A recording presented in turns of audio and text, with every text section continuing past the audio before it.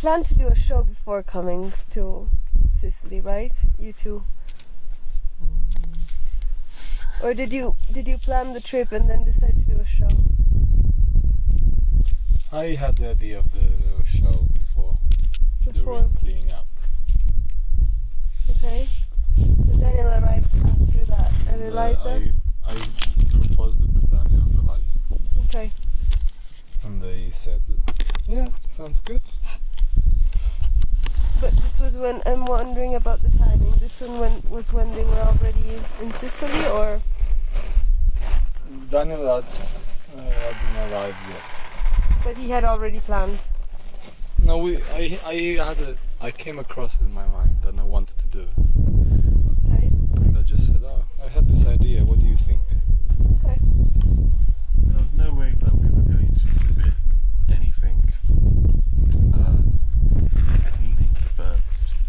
So I liked this idea that we could clean and stumble across potential works along the way. That's what interests me, because then the night before, Yeah. you still hadn't. I don't think we came across much. I'm wondering. It's great, because I was so shocked to see that you hadn't. Found much. No, not found much, but that you hadn't individuati. Come si dice? Singled out. Yeah. The things, Pieces. the pieces. And I think that's interesting. The timing of the idea of the show, especially because it's such a, as you say, Pietro museale. It's a museum kind of show. It's not usual. I think we had found some things during the cleaning, but then we put them aside and kind of looked at them every day. Maybe got a bit sick of them and decided they weren't that interesting. And then maybe choosing the objects the night before kind of made it a bit more exciting for us as well. Yeah. Yeah, 'cause What do you think interesting? we left the funniest part, which was going through all the stuff. Yeah. Which was only in the end 2 rooms that were left.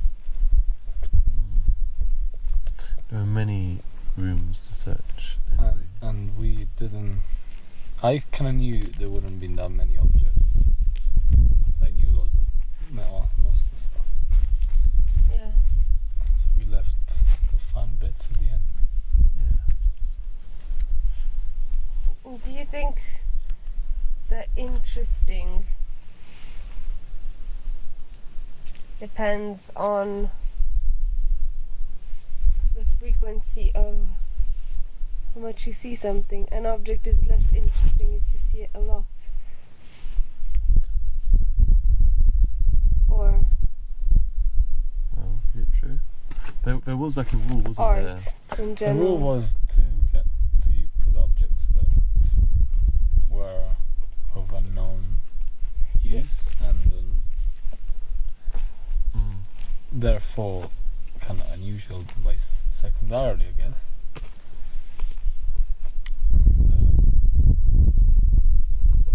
Yeah, something Yeah, I know that the felt rule. I was trying to alien. get the conversation like away from. I mean, like going from the show to somewhere else. Now that the show has come together, I'm trying to figure out if there are some things that can be learned from the process.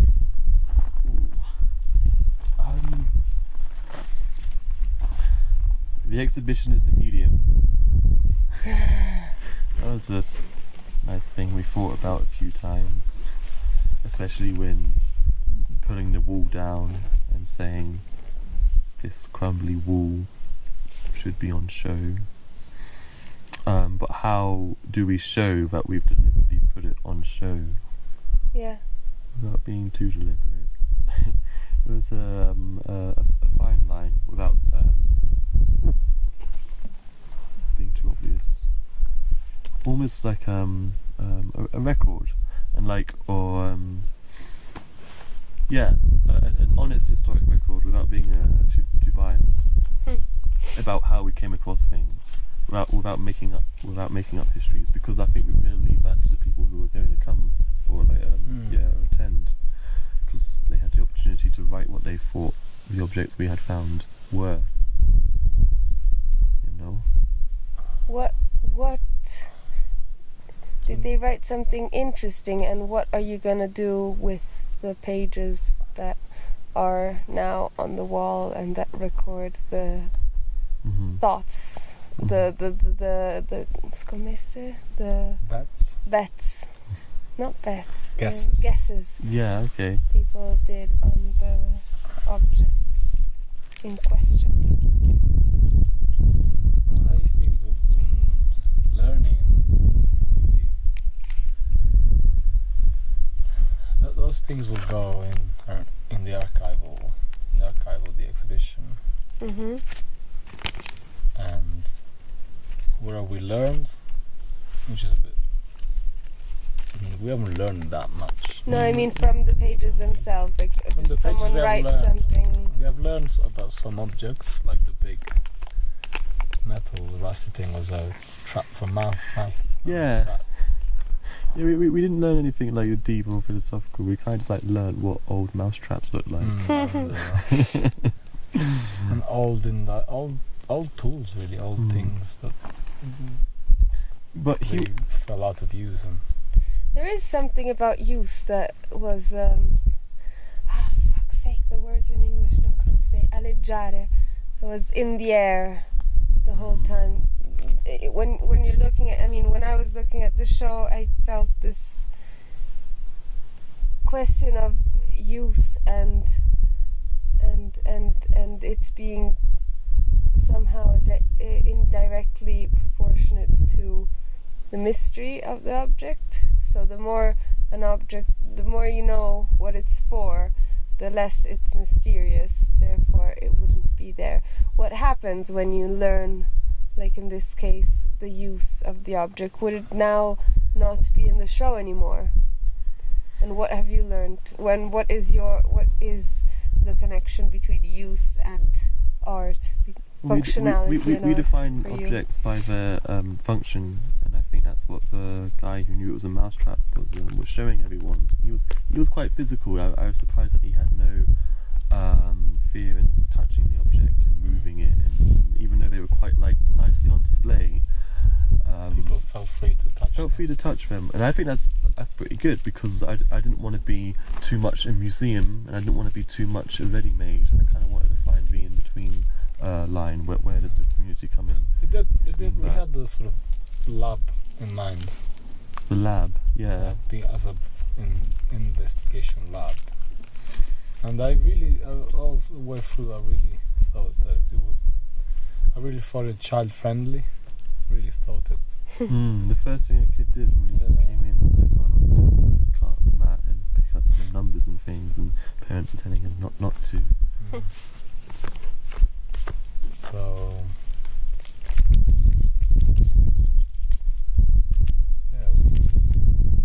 the object, when it's understood where it does go, I think it technically should be removed from the exhibition, but since there is a record going on, I find it interesting that the various opinions layer up, and then people can learn. It just becomes a divulgation. It becomes like museums, where you go to a museum to study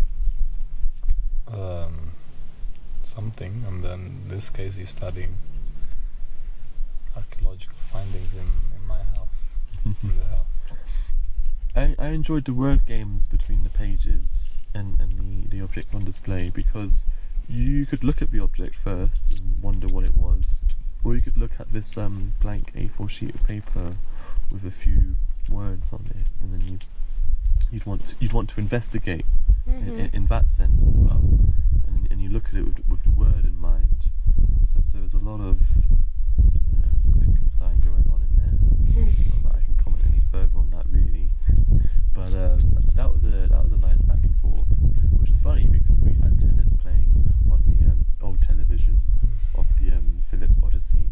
True, I hadn't thought about that. Yeah,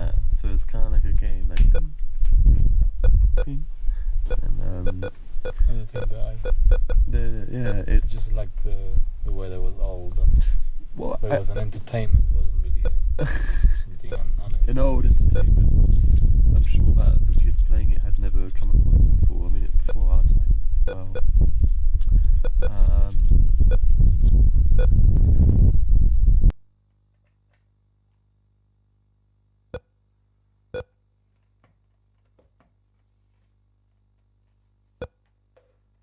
I think I mean, from the outside it seems like you put the show together not only to put the show together, but because you were, again, using it as a media to sort out through things. It's kind of like a medicine as well. I can't, not that involved in the family. I just spent a month and a bit with them all.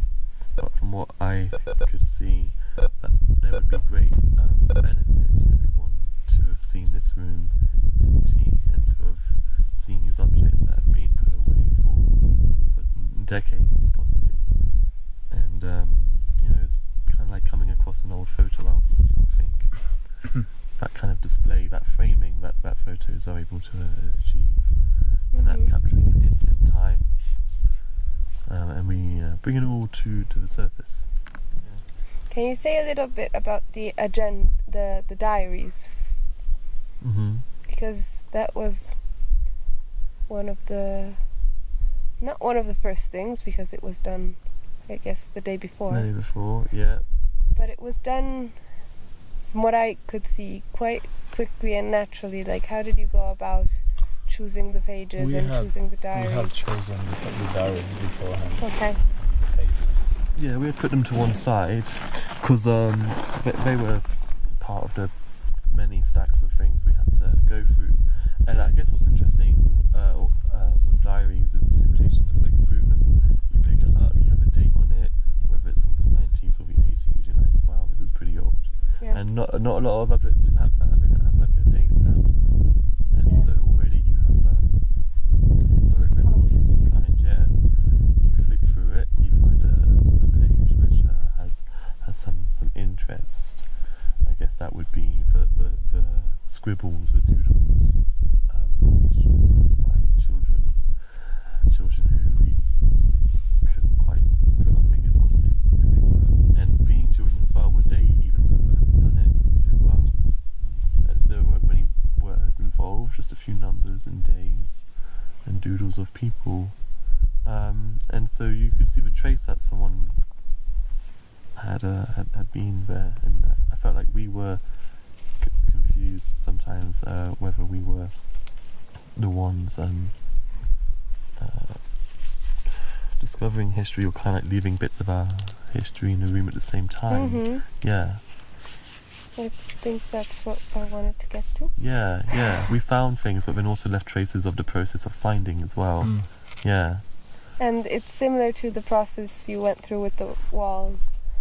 You were finding layers, but also leaving traces of you destroying.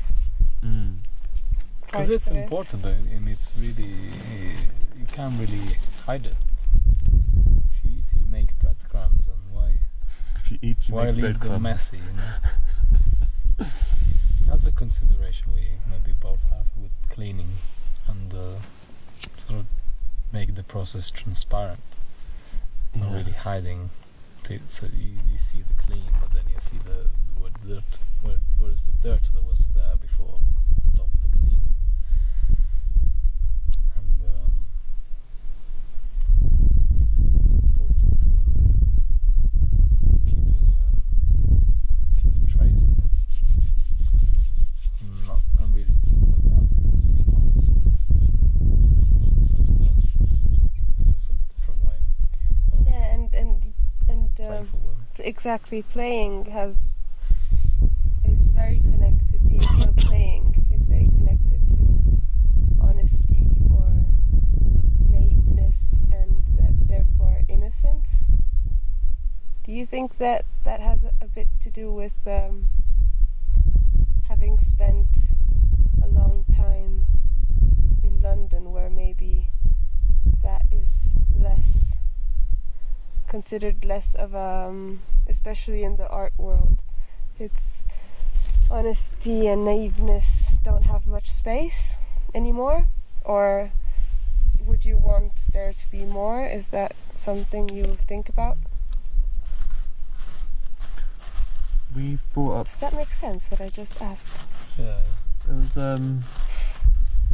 I can't comment on what's going on in London. I've been here too long. I've been staring at mountains for a month now, and which is why I was actually so happy to be doing what we were doing, because I just thought people must be sick of mountains. They come to this gallery space, and like, yeah, where are the gallery spaces in this town? Like, I'm not complaining. I don't necessarily expect there to be any, but you know, all the houses we went to visit, they were fairly similar, and there were rules in place within the town where you can't make a building look too modern, because it has to keep this record of a period of time in which it was built. I'm not sure when that was. Medieval 1700s. What? Oh, the building. The buildings, yeah. Medieval. wow. I've been calling them medieval this whole time. Medieval is, but the buildings have been rebuilt all the time. Sure, because everything seems to be crumbling around here, which I think was also nice that we had this like exposed wall, because there's so much crumbliness to Sydney, so many unfinished buildings, and now we're kind of like putting that on show, bring it to attention, and there is a playfulness in that, because you know, these are serious topics and like they're hard to approach, and we spoke about play once when realizing that we didn't know exactly what the outcomes were going to be to our actions, and I think we think of play as improvisation, and you can feel it sometimes. You can feel the difference between like painting a wall, and you know you've got to get from one end to the other, and then because you know what's coming, it's somewhat laborious. But then when you're looking for the object, you don't know what you're going to find, and that can feel playful. It's like playing hide and seek or something like that. I don't know how much the show was an invitation to play. Maybe just Well, if you think about it, the numbers you chose to put next to the objects are tombola. Right, yeah. Which is a very, very common game in Italy that everyone, there's no one that hasn't played bingo on Christmas Day, but no one really likes it. Or maybe someone does, but I don't know many. And so yeah, you were like, even the process of, you know, the most functional thing there was a game part, physically. That's quite funny. There were so many coincidences that kept occurring whilst we were putting this show together, and that's because it had been on our minds for so long, and we were still kind of letting the objects do the talking, the decisions for us. Especially when we put those photos up at the corner. Yeah, with the my stones. God, yeah, we found these photos that you don't know who took them and how old they are. And where's the picture of? And where they were, yeah. But then, when we looked at them, we realised they were they had so much similarity to the sweeping of the rubble in the corner on the rubble. Yeah, the corners that we had just like kind of made.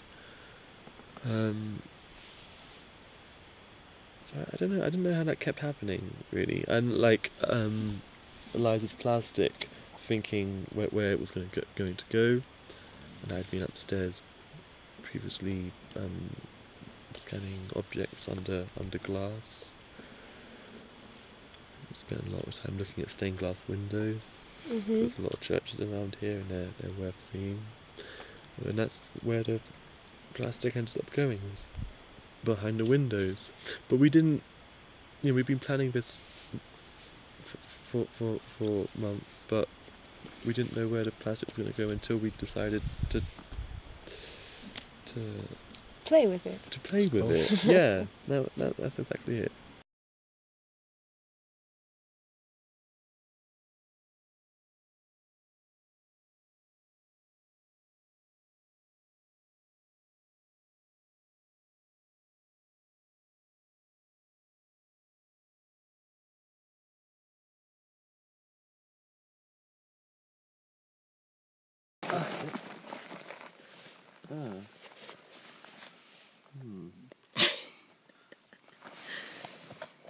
So, where were we? The film. No, film. before. We were talking about the stained glass windows. Yes. Yeah. Yeah. And you started it, and then you got sick of it at one point. Oh, you remember that? And I finished. I do. And Pietro, at that point, Pietro got really into it and continued. We were developing kind of like rules between ourselves as well when piecing it together, because you put it on the window and you don't know what it looks like from the other side. So we were taking turns each. We're like, okay, I choose 3 objects, and then you choose where they go, and then we'll swap roles. You choose 3 objects, and you choose where they go. Because there wasn't much control over what the end product was going to look like anyway. So let's kind of like create this chaotic system between ourselves of the eventual arrangement. But then you got bored and When you got bored. you got bored. You got bored. No. You! But was it Can't good? play all the time. What's important was the beginning. Yeah. And then I just said, okay, this is a... No, I think it's important to get bored as well, and why, and how. Because Why? Because it was a repetitive task. it's repetitive, and the initial placement and seeing the result. Tape is very annoying. The sellotape's a bit annoying too. It's like, wow, this is really effective. Let's fill the whole window. But once there was a task at hand, then it was a bit laborious. I don't want to sound too lazy. It was like, oh. So I caught the ball. I said, all right, we need to do this. We'll do it. Fuck it. And I did it. Then I let you go play. We left putting the paper on the wall to the last moment as well, because we knew that was going to be pretty repetitive as well. Yeah. So it seems like you're happy when things fall in place and coincidences happen. Yeah, we want it but to be somehow that moment is a peak, and then it starts going downhill from there, and the labor Then comes in. Then we become curators again, because we're both the curators and the artists of the show. We both shared that role. So that was the switching between the peak and the peak was the artist. Yeah, I mean, when you knew the idea with the artist, and then when you didn't want to do it, was the curator. It was like nurturing the idea, like growing it, making it develop, finishing it. We had the idea of sweeping the rubble into a perfect rectangle. That was a nice artistic idea. Doing it, I felt like the assistant to another artist. Myself. Myself. And kind of like moaning as like, bloody artist. Coming up with stupid, pointless ideas and making me do them. But then you can stand back when it's done and really, really appreciate it as an artist again at your work. Are you saying it just to say it, or do you think? Do I think that? Yeah. You can't say no. No, because it was true. Because Okay. I enjoyed the exhibition, yes, on the opening, but I think most the morning after, when I walked into the room, just after getting out of bed and doing There like, was no work to do. Yeah, it's like we've done it. It was a real accomplishment. I see the show as well. Yeah, I feel very, very good because yes, the show was an excuse to clean the house, but then now we have a fully functioning,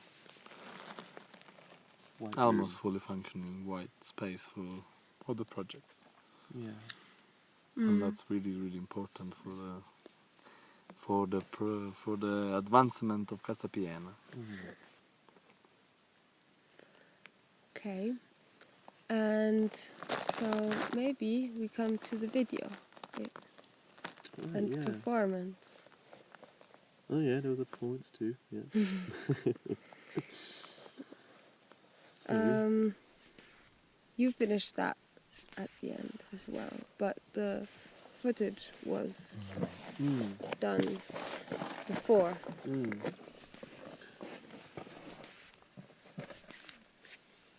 So Well, I seem to recall the night when we both it was me and Pietro late one night in the in what is now the gallery space.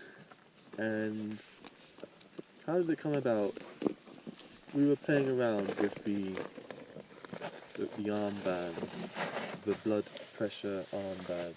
Does it even have a name? I never even... Blood pressure measurer.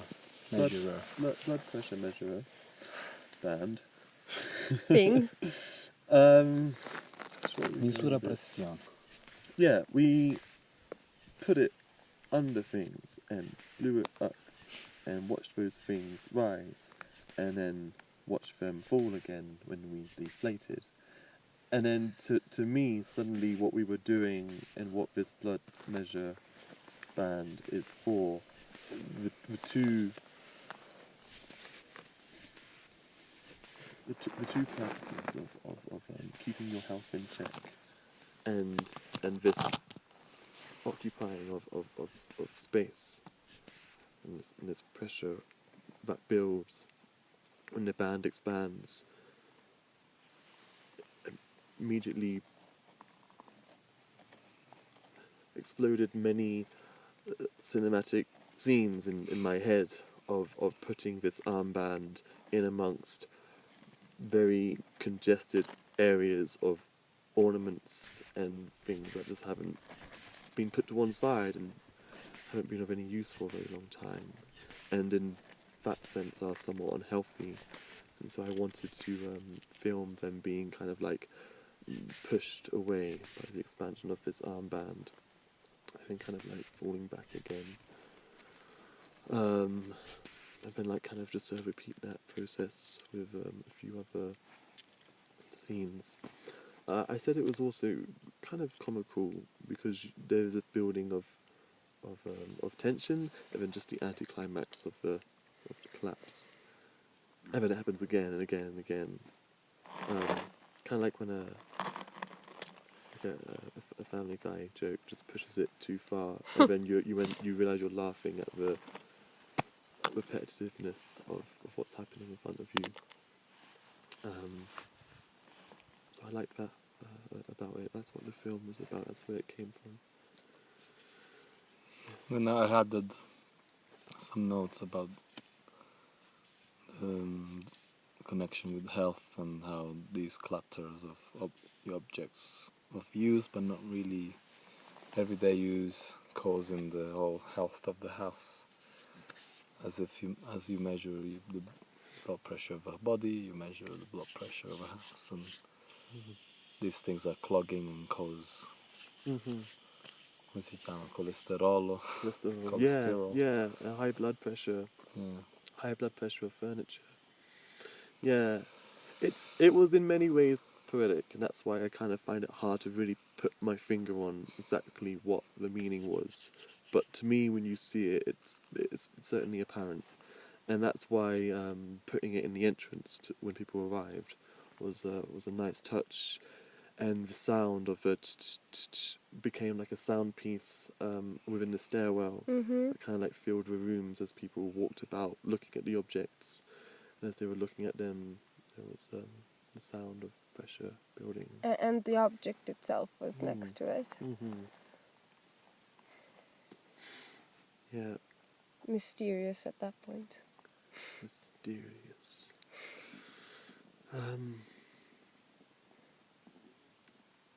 Yeah. More than mysterious, transparent.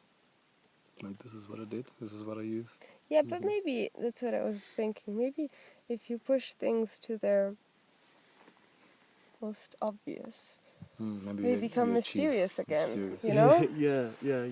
Well, because we're putting them into an art context, and you're continuously looking for more meaning than there is, because we've made it so obvious what it is.